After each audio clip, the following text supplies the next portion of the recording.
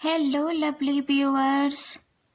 आप सभी का मेरे यूट्यूब चैनल पूजा से स्टोरी कॉर्नर में स्वागत है।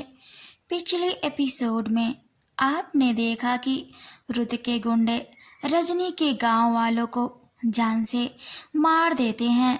शेखर रजनी को लेकर वहां से निकल जाता है और माखनलाल से रजनी को बिला में कुछ दिन पनाह देने के लिए बोलता है। शेखर रुद्र से सवाल करता है कि आखिर उसने ऐसा क्यों किया, रजनी के गांव वालों को क्यों जान से मरवा दिया और उसके गांव में आग भी लगवा दिया। नोवेल में आगे बढ़ने से पहले एक जरूरी सूचना। अगर आप मेरी वीडियो पर पहली बार आए हैं तो आप मेरे इस यूट्यूब चैनल पूजा से स्टोरी कॉर्नर को सब्सक्राइब, लाइक, कमेंट, शेयर जरूर करें ताकि इसके लास्ट पार्ट तक बने रहें। तो बढ़ते हैं बिना देरी किए अपनी novel when I first meet की ओर। तो नोवेल में आगे सुनते हैं। सुबह हो जाती है। शेखर रुद्र के दरवाजे के पास खड़ा हो जाता है। रुद्र दरवाजा खोलता है तो सामने शेखर को खड़ा देखकर बोलता है, तुम रजनी को लेकर उसके गांव गए थे, इतने जल्दी आ गए? शेखर कुछ भी जवाब नहीं देता है। रुद्र बोलता है, तुम मेरे बॉडीगार्ड हो और तुम मेरे गुलाम हो, तो मैं तुमसे कुछ भी पूछूं तो तुम्हें जवाब देना ही होगा। शेखर बोलता है, उन गांव वालों की क्या गलती थी कि आपने उन सभी को जान से मार दिया? रुद्र सोच बोलता है, मैंने किसी को नहीं मारा। हाँ, मैंने ये जरूर कहा था, पर मैंने यह सब नहीं कहा था कि उन्हें मार डालो। शेखर की आंखों से आंसू गिरने लगते हैं, पर वह शांत सीधा खड़ा ही रहता है। रुद्र शेखर के सामने फेस करके खड़ा हो जाता है और उसके कंधे पर हाथ रखकर एक गहरी सांस लेता है और शेखर से बोलता है, क्या सच में गांव वाले मर गए? शेखर रुद्र की तरफ गुस्से भरी आंखों से देखता है, कुछ देर तक उसे घूरता है, फिर बोलता है, आपके अंदर कोई भी दया नहीं है। आखिर उन गांव वालों ने आपके साथ हमेशा अच्छा किया है और आपने उन सभी के साथ ऐसा क्यों किया? वो सभी कितने मासूम थे, न जाने कितने बच्चे, औरतें, बुजुर्ग, जवान, कितने पाले हुए जानवर थे, सब जलकर खाक हो गए होंगे। आखिर गांव वालों ने आपका क्या बिगाड़ा था? वह बस रजनी की शादी आपसे कराना चाहते थे। आपको ऐसा नहीं करना चाहिए था। रुद्र कुछ सोचने लगता है। गांव को लेकर, जैसे वो उस गांव में रहता था और बच्चों के साथ खेलता रहता था, उसके मन में दुख है, बट शेखर के सामने जाहिर नहीं करना चाहता है क्योंकि शेखर भी उसे उन गांव वालों के कातिल समझ रहा है। शेखर के गुस्से से भरे चेहरे को और बहुत कुछ बोलना चाहते थे, उसके होठ बस गुस्से से थरथरा रहे थे। रुद्र बोलता है, शेखर से बोलता है, तुम मुझे सिखाओगे कि मुझे क्या करना चाहिए क्या नहीं?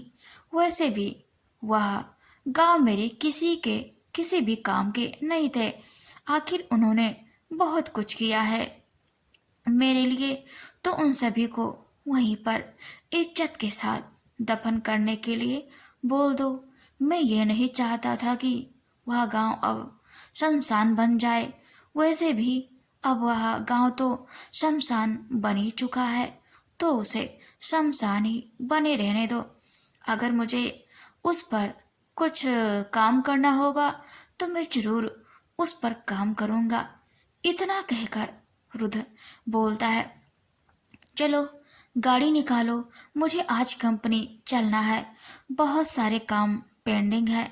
उस राघव ने तो कोई भी काम सही से नहीं किया।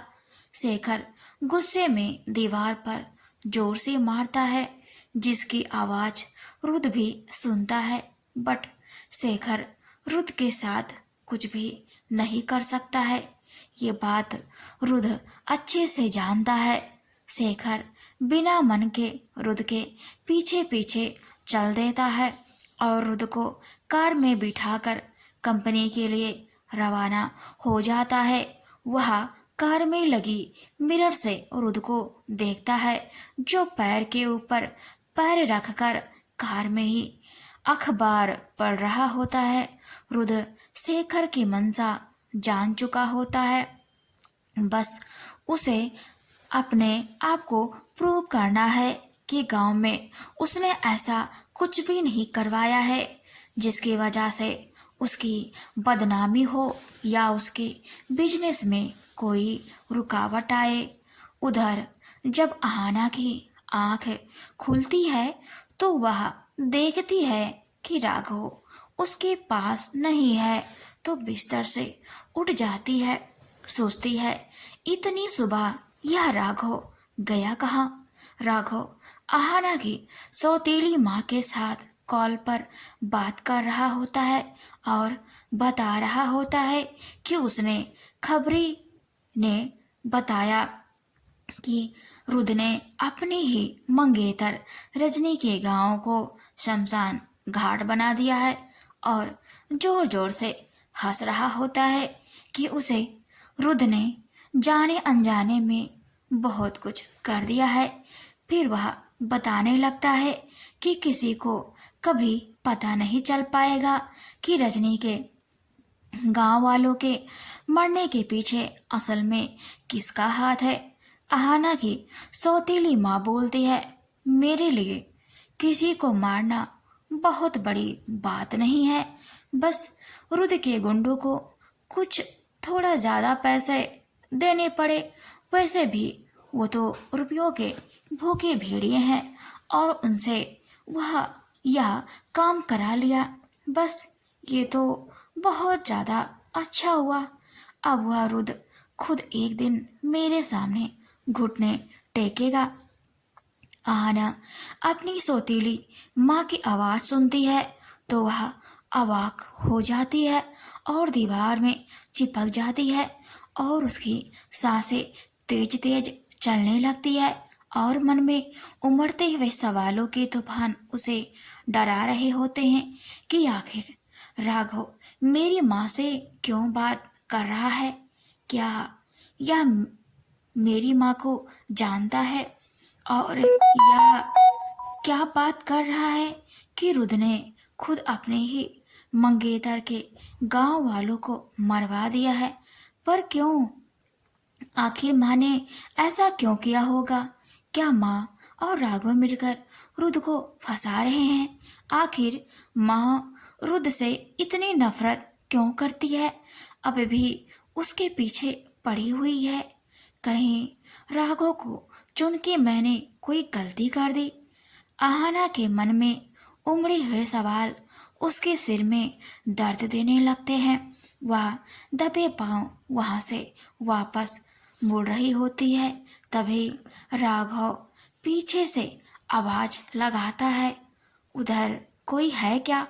इतना सुनते ही आहाना गेस्ट रूम की तरफ भागती है और देखती है कि गेस्ट रूम में रजनी लेटी हुई है। उसे याद आता है कि हाँ, ये तो वही लड़की है जो उस दिन उस घर में मिली थी। कहीं ये रजनी तो नहीं है? रुद्र की मंगेतर जो उस दिन मेरा रास्ता रोक रही थी, लग तो उसी की जैसी लग रही है। पर ये लड़की कहीं ये अपने आप तो नहीं आई, कहीं राघव तो नहीं लाया, पर यहाँ पर क्यों आई है? इसे कौन लाया? अगर इसे राघव ने नहीं लाया तो कहीं राघव ने इसको देख लिया तो माँ को भी बता सकता है। कि रजनी अभी भी जिंदा है। आहना जल्दी से दरवाजा लॉक कर लेती है। रजनी दरवाजे की लॉक की आवाज सुनते ही चौंक के उठ जाती है। उसका दिल जोरों से धड़कने लगता है। वह आहाना की तरफ देखती है। आहाना अपने मुंह पर उंगली लगाकर बोलती है, श्श्श, कोई भी आवाज मत करना, प्लीज चुप रहो। आहना रजनी के पास जाती है और उससे धीरे से बात करने के लिए बोलती है कि तुम यहाँ पर कैसे आई। उधर बाहर की तरफ राघव आवाज लगा रहा होता है। उसकी आवाज सुनते ही आहना रजनी को छिपने के लिए बोलती है। रजनी बेड के नीचे छिपने जाती है। आहना को ऐसा लगता है कि अगर राघव सच में कोई चाल चल रहा है तो रजनी की जान को खतरा हो सकता है। रजनी बेड के नीचे छिप जाती है। राघव दूर दूर तक देखता है, उसे कोई भी नहीं दिखता है। वह गेस्ट रूम तक आकर देखता है बट डोर को खोलता नहीं है। फिर वह वहां से चला जाता है। रजनी और हाना सोचती हैं कि राघव अब चला गया होगा। आना माखनलाल के पास कॉल करती है क्योंकि वह मोबाइल अपने साथ में भी लेकर आई होती है। माखनलाल के पास कॉल करते ही माखनलाल सो रहा होता है। कॉल पिकअप करता है और बोलता है, क्या हुआ बेटा, तुम तो मेरे पास आ सकती थी। इतने पास होकर भी कॉल कौन करता है। अब कॉल करने की क्या जरूरत आ पड़ी। आहना बोलती है, रजनी यहाँ पर आई कैसे। माखनलाल बोलने लगता है, हाँ, उसे रुद का वो बॉडीगार्ड शेखर यहाँ लेकर आया। उसने मुझे बताया रुद की काली करतूत कि उसने पूरे गांव को जला दिया है। कोई भी उस गांव में बचा नहीं है। ऐसा ही उस शेखर ने मुझसे कहा। अब क्या सच है मुझे नहीं पता बेटा। बहुत रिक्वेस्ट किया मुझसे तो मैं रजनी को यहाँ पर रुकने के लिए हाँ भी कर दिया, तो मैं उसे गेस्ट रूम में रहने के लिए दे दिया। आहना बोलती है, अंकल, मुझे लगता है कि राघव कोई चाल चल रहा है हमारे खिलाफ। वह ऐसा कैसे कर सकता है। वह तो मुझसे बहुत प्यार करता है और बच्चों से भी। पता है अंकल, वह मेरी सौतेली माँ से बातें कर रहा था। मैं उनकी आवाज़ अच्छे से पहचानती हूँ। मैं उनके साथ बचपन से रही हूँ। वह अगर हमारी जिंदगी में वापस आ गई हैं तो हमारी जिंदगी नरक बना देंगे। रुद ने बस गुंडे भेजे थे गांव वालों को धमकाने के लिए, बट मेरी सौतेली माँ ने उन गुंडों को थोड़ा ज्यादा मनी देकर उनका कत्ल करवा दिया और उनके गांव में आग भी लगवा दिया। ये रुद के साथ कुछ गलत कर रही है और मेरी सौतेली माँ ने उन सभी गुंडों के सहारे उस गांव को शमशान बनवा दिया है। रुद को फंसा रही है। शायद मैं रुद को गलत समझ रही थी। असल में राघव इन सब में मिला हुआ है। माखनलाल बोलता है, यह सब तुम्हें कैसे पता। आहाना बोलती है, मुझे अभी अभी पता चला है। जब मैं राघव को ढूंढने के लिए बाहर आई तो मैंने देखा कि राघव मेरी माँ से बात कर रहा था, वह भी मोबाइल को स्पीकर पर रख कर। माखनलाल बोलता है, अभी तुम कहाँ हो। आहाना बोलती है, अभी मैं रजनी के पास हूँ। रजनी को मैंने छिपा दिया है। अगर राघव को पता चला तो क्या पता वह माँ को बता दे और रजनी को भी मारने के लिए बोल दे। इसलिए मैंने उसे छुपा दिया।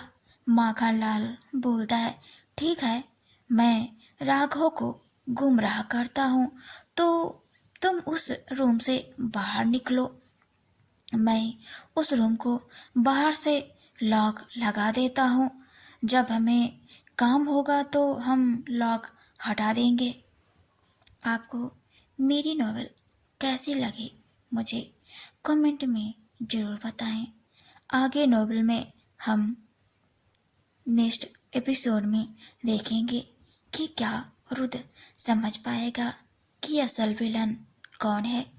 रुद्र के साथ शेखर कुछ प्लान तो नहीं कर रहा है, या कहीं ऐसा तो नहीं है कि शेखर भी राघव से मिला हुआ है। रजनी अब क्या करेगी? क्या उसे सच पता चलेगा कि उसकी जान तो लड़की बचा रही है, वही असल में उसके मंगेतर की पूर्व प्रेमिका आहाना है?